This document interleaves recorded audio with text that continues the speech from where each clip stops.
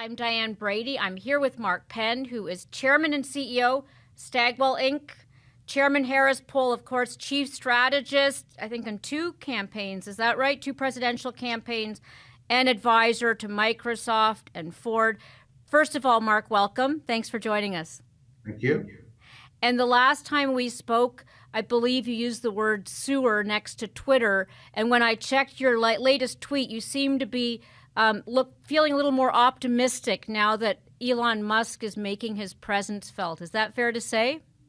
Well, I see all these folks saying, "Oh my God, what is Elon Musk going to do to Twitter?" And I'm going, like, where have you been? Twitter has been a sewer for a long time. As an institution, it had the lowest rating of any of the social media or major, almost any major corporation. It was seen as a place that precipitated mobs of people, that enforced speech and ideology codes and got people fired from their jobs. And so this is going to be worse. Well, I think people have to give Elon Musk an opportunity. Maybe he is the roto-rooter, as I've said here, come in to clean up the sewer and provide some balance here in terms of free speech and eliminating, speech that is beyond the pale or inappropriate for various reasons. So I guess you could take the nowhere to go but up argument, but let's start with this whole Twitter files, for example, that came out. Is it a ho-hum? I mean, it doesn't really seem to have been as earth-shaking as the Facebook files, for example. Well, today the news media covers what they want to cover, and they simply ignore what they don't want to cover. I mean, I'm in the news media. I'm covering it. It seems to me pretty clear that, something like, hey, these tweets we should remove, and somebody from Twitter saying, I'm on it, that's pretty devastating. It shows that there was a regular course of conduct at that time, at least the Democratic Party being able to write to Twitter and get an almost immediate response that things they didn't like would be taken off or shadow banned. And later on, I guess the very close coordination with government once the administration took over on key issues. So I think the Twitter files are significant. They revealed what everybody suspected, which is that the tools that were designed for child pornography were really instead being used for a political censorship operation. And frankly, my own experience with the institutions. Did they ever censor you? I don't think I was censored politically, but I have a political game 270, and I had a long fight with Facebook over whether advertising for my game was political advertising, and everyone at the top said it wasn't, and everyone on like election integrity commissions somehow reversed it and didn't let me advertise a simple game where just people play Hillary Clinton or Trump or whomever. And it's a game and it had no political content. So the censor's pen is a dangerous pen, right? And when you give it to a bunch of kids who are running major tech organizations, the opportunity for abuse is so much bigger than people realize. So I hope it gets constrained. I hope it becomes rational. We can't let bots control our life, and we can't let people without really sensible people really determining what should or should not be moderated. Well, as somebody in the marketing space, though, you called Twitter a sewer. That sewer, I'm assuming, is because it was essentially a place that was filled with, hate and yahoos, etc. How do you make Twitter a platform that a Ford or a Microsoft is like, yes, get me on there? Well, first of all, advertising was never a big part of Twitter, and Twitter advertising was really not the most effective advertising. So all this hullabaloo about it, I'm not quite sure is. It's the business model that's the problem, not who's on it. Is that it? Well, the advertising itself really was not as effective as advertising on Google or Facebook because of the way people use Twitter and the way the advertising was positioned. I mean, one of the jobs I think that Elon Musk has is to redo how advertising is displayed, how to avoid the problem you just said if you don't want advertisements against, rough and tumble content. You want it under, aligned with certain content. So you need a better organization that puts the ads in the right places, and you need a better kind of ads that actually work. So I think that that's actually part of the job that he's got to do, because the organization was just simply, not only was it a sewer, but it was also losing lots of money. So I want to stay on this a second because I think it's fascinating, which is if you're giving pro bono advice to Elon Musk, he's now got the Twitter files, like maybe there's part 7, 8 to come, but what are some of the moves that he should do that would really win people over like you, and more importantly, your clients? Well, I always remember the scene from Citizen Kane where he puts a declaration of principles after buying the paper. And at least in the beginning, he was idealistic. Right. And Enron had a great set of principles too, right? Well, that's what Elon Musk has to do. He has to stop making policy day by day, set out a number of clear principles, put them down, post them, and let people see how he plans on running it. Right now, it's a little snippet every day, and that's no way to come in here and reset the organization. That would be job number one, as far as I can see. Anything else you'd suggest? Because I want to actually, since we're talking social platforms, I want to move on to TikTok, because that's another fascinating piece of news this week with regard to, first of all, it's the gift that keeps on giving in terms of scandal. How are you thinking about that platform right now, since it is the most popular with Gen Z, certainly? Yeah, look, I think that the platform TikTok is going to face some headwinds here, and so they're going to have to answer some questions. How is the data secured, and can Americans be assured that it's not going to the Chinese government? If they can get over that hurdle and make it clear, then I think they could probably forestall, any significant congressional actions, and there'll be a social platform just like others. If they don't I think, climb up that mountain, I think they could have problems. So we did see this bipartisan bill. I think Senator Rubio introduced. That feels like, I don't know if it's wishful thinking. Is it possible to just, it's starting small, but ban TikTok? Is that doable? Well, Congress has a long history here when it comes to technology of doing absolutely nothing. Nobody seems to understand it. They never get together on anything. So lightning could strike and Congress could pass this bill, but I'm kind of rather dubious that they're going to get angry letters from 50 million Gen Zers. I think instead they got to focus on the real issue: what happens to the data, get real answers, and the administration should kind of resolve that situation so that people can have a competition in the industry. Remember, competition in the industry for advertising is important, right? Because otherwise, if you wind up taking out Facebook's competition, then of course that'll mean higher ad prices in a time of recession, which is bad for consumers. So this is the time of year we like to look ahead to 2023. Do you have any predictions for who's on the rise, who's on the wane? What's you're a betting man. What's on your radar?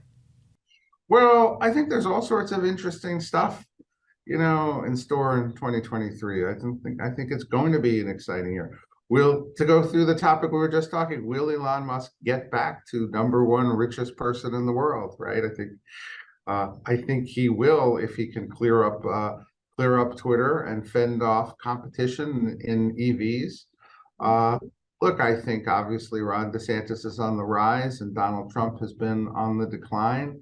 Those moves have been highlighted in really stunning polls that came out the last couple of days that showed that Trump, who was beating DeSantis handily by 20 points in primaries, is now losing by 20 points in some of the so he would have to make one of the comebacks of the centuries.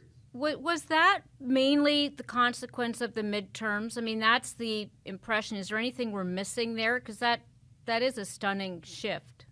Well, the midterms, the dinner that he had with anti-Semites, and then on top of that, putting that, like, maybe there should be a redo of the election that violates the Constitution. I mean, the whole thing, is needs a complete reboot. And I just, I'm a little dubious. I'm a lot dubious, actually, that Trump is gonna figure his way out of this one. And look, I think you also have to look. This 2023, it could be the year of both recession and recovery. I mean, people are looking. If things happen as people expect, the brakes are going to come on here, but then the brakes are going to come back off, and so by Christmas next year, things are better What than does better worse. look like? Is better less inflation? Is better more stability? What is your Better version is of better? lower interest rates. Okay, so it's the interest rates. Let me, if I can, for a second, just because I'm curious, go back to Governor DeSantis because, again, I'm Canadian. I'm just out there, American citizen, but I never seems good when there's you're an early contender in a U.S. Presidential campaign. You've got experience with this. Um, what are the perils? What are you looking for as to whether this is actually the man to beat? Look, front runner status, as you point out, it's always a kind of a dangerous thing because everybody decides they're gonna dump on you. But Trump is really regarded as the front runner here. So in the David and Goliath, really DeSantis is the David and Trump is the Goliath. So I think that it's a little different from the typical situation. I think that they've been looking to pick on DeSantis. I think he made a mistake, wading into the same-sex bill. He should have kept away from that one.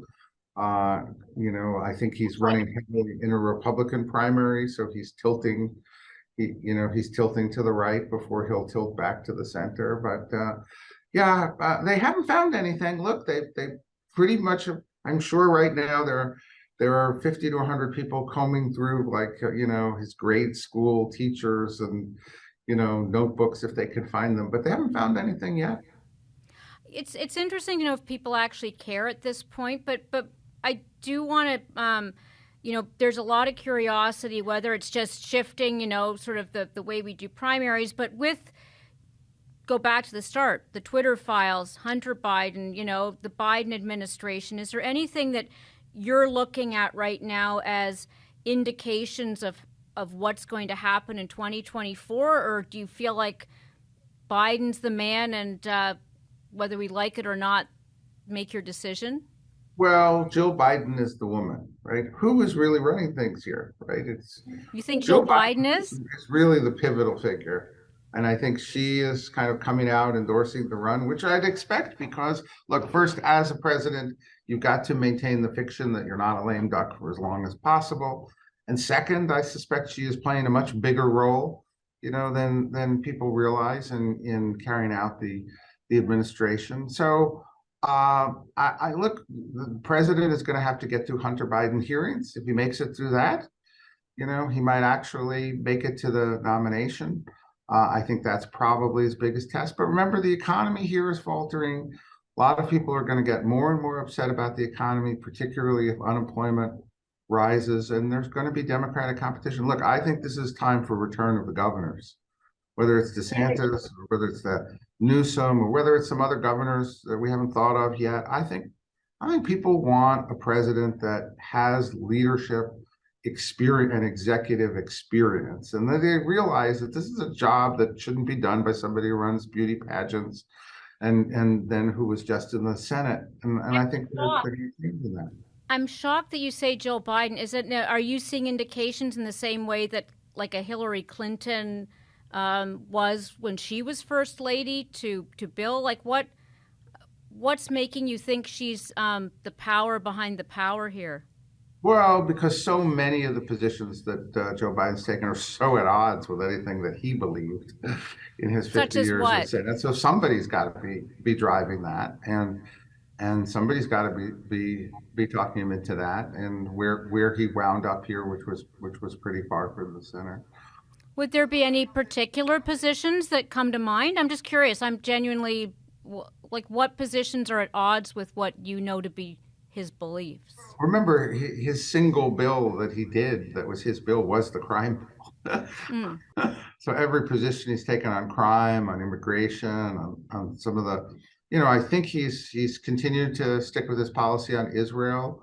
I think which is one of the exceptions, and so and I think the extreme support, with the teacher unions and other positions, been again not really in character, although it was generally very strong supporter of the manufacturing unions. So, but I do think you see a departure here. She's going to apparently make some comments that, tilting in the direction that she's become more favorable towards him running again. And like I said, doesn't surprise me, but on the other hand, it wouldn't surprise me if we wound up with neither Trump nor Biden. I've written that neither Trump nor Biden should run. Right. We talked about that. What about, as a former vice president, would he be looking favorably, or should we be thinking more about Kamala Harris? I mean, I'm just curious. Well, I think the question will be, what happens through these Hunter Biden hearings?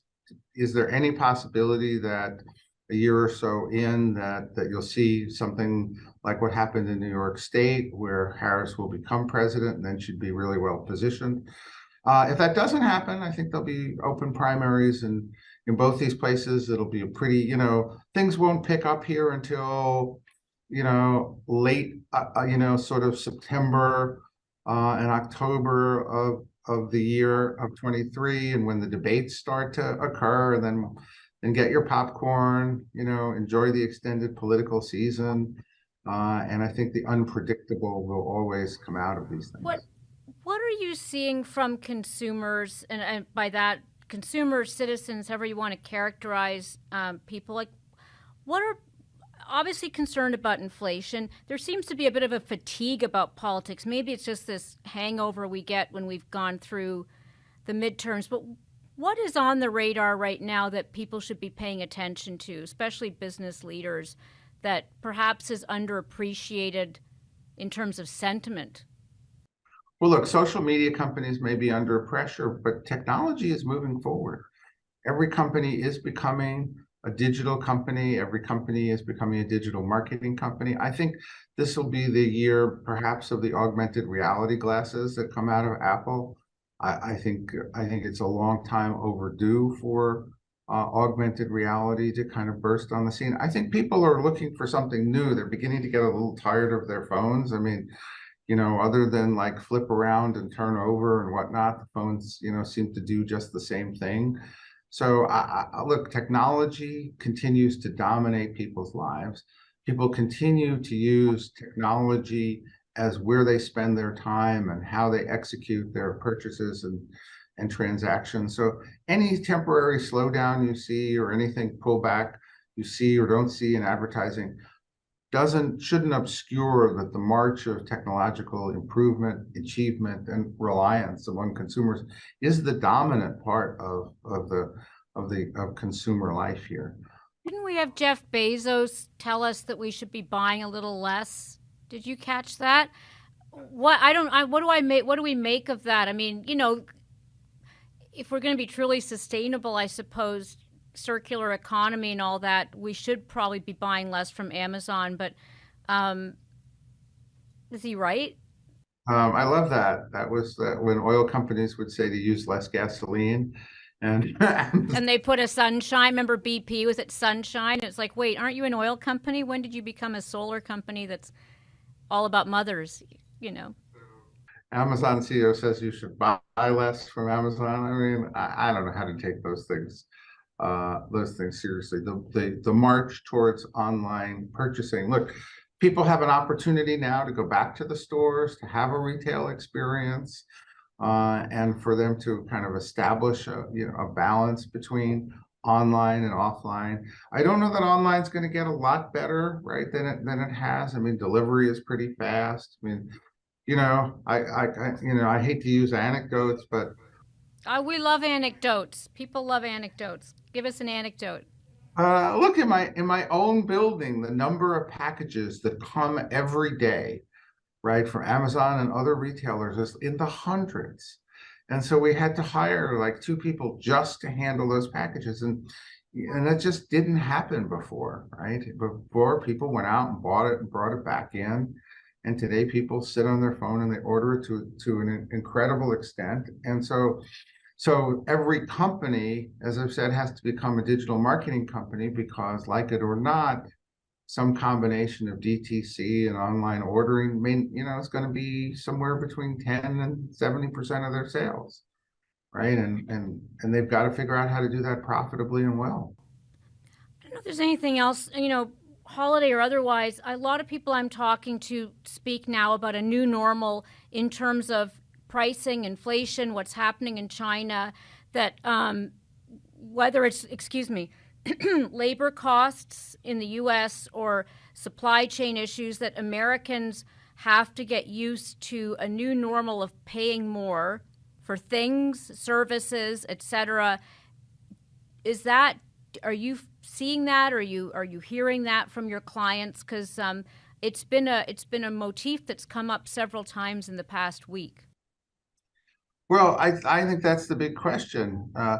Does it in fact turn out that this period of obviously restrained growth, high inflation, problems with the supply chain, people making almost irrational, decisions, people moving themselves out of the workforce, is this all transitory, but not transitory in months, but maybe a year or two? Right? Where do we want to get back to? We want to get back to stable inflation. We want to get back to higher growth, right? And we want to get back to kind of the advancement that everybody felt before the pandemic. The pandemic was a major disruptive, event, a once in a century kind of event. And the notion that we could get over it in a couple of months was maybe just misplaced. So I don't think there's going to be a new normal. I think there's a longer period of disruption and resettlement. But the goal has got to be whether it's 2 or 3% inflation, here we've got to get to lower inflation, but we can't restrain the economy from growing. We can't restrain the country from growing population-wise as well. And so you're an optimist. The other thing I would highlight, right, not to be underrated, but the fusion discovery, if you look at the coming out of the Department of Energy here, the ability to get power, out of bringing the hydrogen atoms together into helium, that could upend all of climate change, right? If we have the patience to really pursue that. So you're an optimist. I feel like this time of year I should be asking you what's keeping you up at night, since you seem, I think, to be relatively, I'd say optimistic about the future. Everybody's worried about the same thing. Are we going to go into a deep recession here caused by an overreaction of Fed policy because they didn't understand that transitory meant like 18 months instead of 3 months? And are they going to essentially give us all chemotherapy and, where the treatment will be, as bad as the disease? That's what keeps everybody up. When you look at these numbers, with 3/4 of the people being unhappy with the economy, it means companies have to show that they can deliver value-oriented, products, that they can provide, discounts and sales, that people like. That it shifts the whole advertising and marketing too, from what you do in a growth economy to having to take market share and being somewhat more competitive in terms of the way you market and understand things. So I think those are all the things in the short term. We just don't know whether the short term is going to turn into the long term, but that will be the topic of the September debates. Let me end by going full circle back to politics, because tough times does tend to be an opportunity for people to appeal to our baser instincts or our fears. Is that the extremism that we've seen, if that's the right way to put it, is that likely to continue? Do you think that's, again, in your experience, going into what's going to be a very competitive, political season again, how likely is it that we will see the types of extremism, frankly, that have characterized the last few campaigns? Well, I guess as the eternal optimist, I think this campaign actually will be a turn away from extremism, a turn towards, government by people who know how to govern, uh, and and consequently, I think that the winners of the debates that start in September and that political season are likely actually to be ones that put extremism aside. Now, each party will call the other person extreme no matter what they are. But What? I do think this is about the return to the center. Because we've just been too burned by what is it that makes you think we're going back to the center? That's not conventional wisdom. Well, because A, it's where most of the voters are. B, I think we've seen the voters reject both the extremism of the squad and Marjorie Taylor Greene extremism as well. So I think we've seen in the rejection of the Trump candidates, and I don't think the rejection of the Trump candidates was a hugging of the Democratic left. Quite the opposite. It says the center is where the country is. And I do think this notion of, wow, this job's pretty complex now in a time of turbulent foreign affairs and a difficult economic situation. Maybe we really need somebody, who's more level-headed, who we can count on. Who's a strong. Yeah. No, good predictions. Look forward to continuing the conversation, Mark. Thanks for joining us. Thank you.